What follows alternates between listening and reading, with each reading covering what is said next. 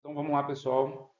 Então hoje a gente vai falar sobre sistemas de medição, né? Esse é um assunto interessante que vai fazer parte de outra disciplina que vocês vão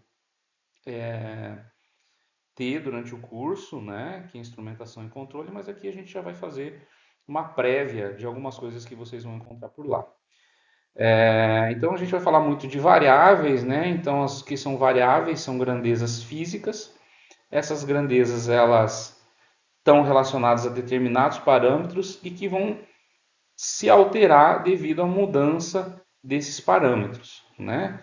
É, Na engenharia, em geral, nos interessa pressão, temperatura, vazão máxima volumétrica, nível de fluido, são as quatro principais propriedades, ou quatro principais variáveis que a gente mede, né? Como vocês podem ver aqui na tabelinha, nesse gráfico, aliás, aqui ao lado, né, existem outras propriedades, outras variáveis que são interessantes também, mas as principais quatro são essas que eu já apresentei.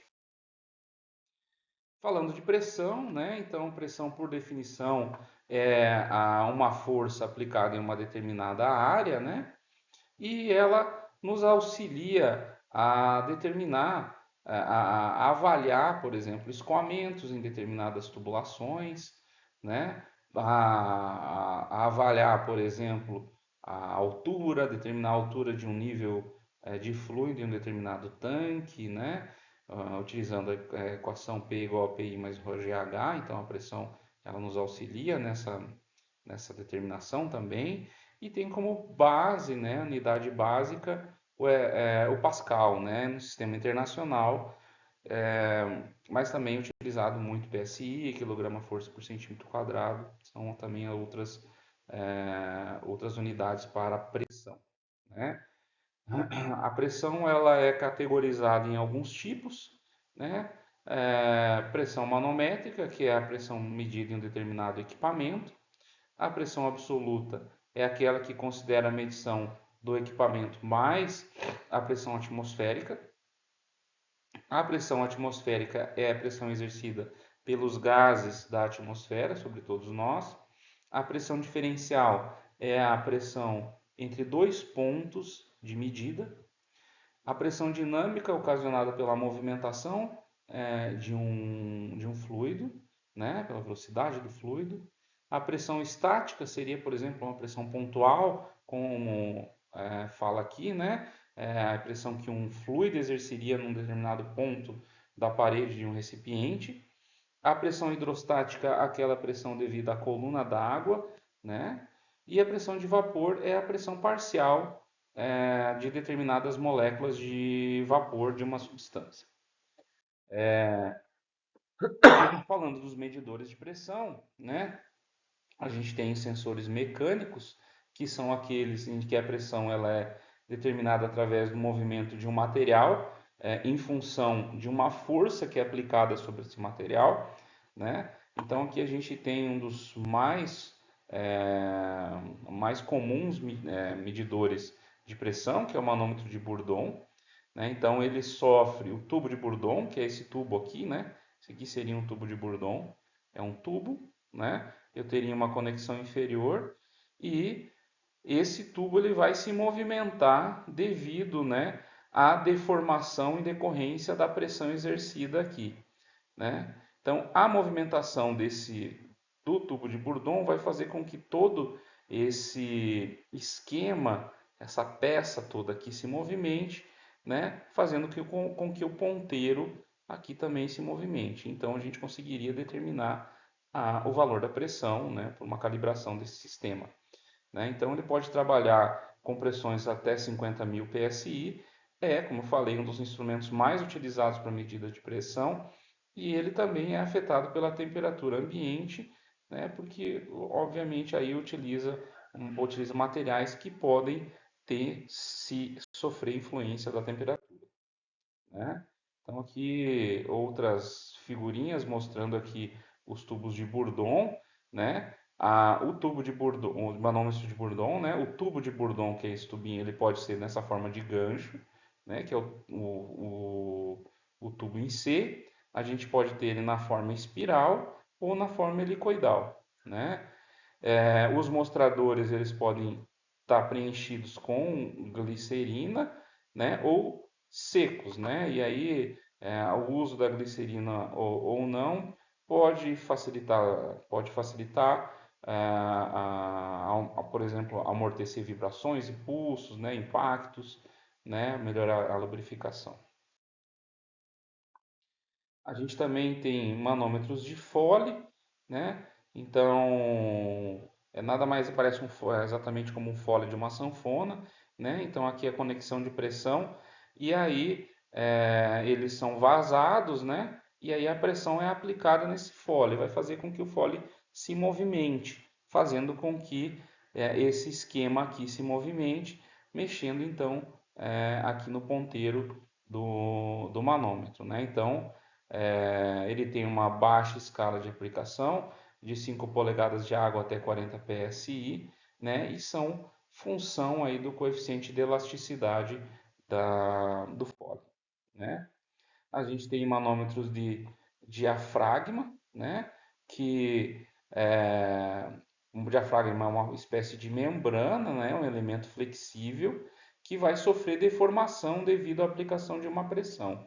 Então, o movimento do diafragma, devido à pressão, vai ser transferido para uma mola, né? Essa mola vai estar ligada a um ponteiro que vai indicar a pressão em uma determinada escala, né? E a sua atuação é de meio a 120 polegadas de água. Os sistemas de medida elétrico, transdutores de pressão, né? Eles, na verdade, esse aqui é um string gauge, né? Ele varia a resistência elétrica de um condutor quando submetido a uma determinada pressão, né? E as pressões elas são registradas aí pela variação do comprimento do condutor em função, né? Então dessa pressão. Como eu falei, a gente vai ver rapidamente, né, todos esses instrumentos. A gente vai falar agora um pouco dos instrumentos de temperatura, né? Então, a temperatura ela é uma condição de um corpo em virtude existe em virtude aí da transferência de calor entre dois corpos, né? Para ou de um corpo para o outro, né? É, E aí a gente tem aqui as unidades de medida de temperatura, né? Graus Celsius, Kelvin, Fahrenheit, Rankine, né? Como a gente tá aqui com uma disciplina do curso de Engenharia de Petróleo, né? A American Petroleum Institute é comum ter aqui o grau Fahrenheit e o grau Rankine como temperaturas básicas aí para se trabalhar dentro da engenharia de petróleo, tá? A gente tem medidores de temperatura mecânicos, né, que vão gerar na saída uma variável mecânica, como movimento ou força, e sensores elétricos, gerando então, devido à variação de temperatura, uma variável elétrica na saída, tá?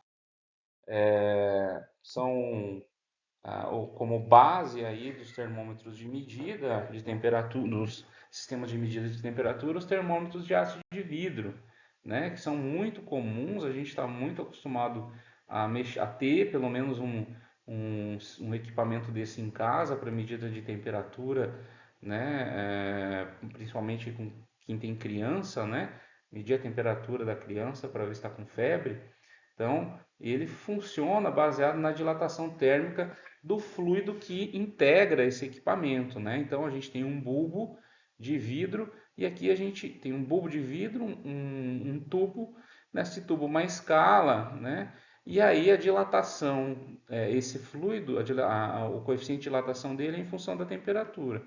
Então, ele dilata ou ele contrai, e isso ele está ligado a uma escala, né? Tá condicionado aqui a uma escala, e com isso então a gente consegue determinar a temperatura, né?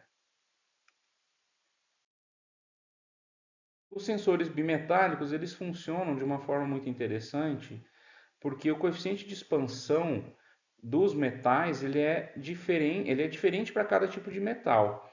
Então, o que que a gente vai fazer? A gente vai juntar dois metais diferentes e cada um deles vai expandir de um jeito. e isso vai fazer com que ocorra, né, uma movimentação maior para um determinado metal do que para outro, né? Então, essa movimentação vai fazer com que ocorra o curvamento desse, é, desse sisteminha, desse sistema bimetálico, né?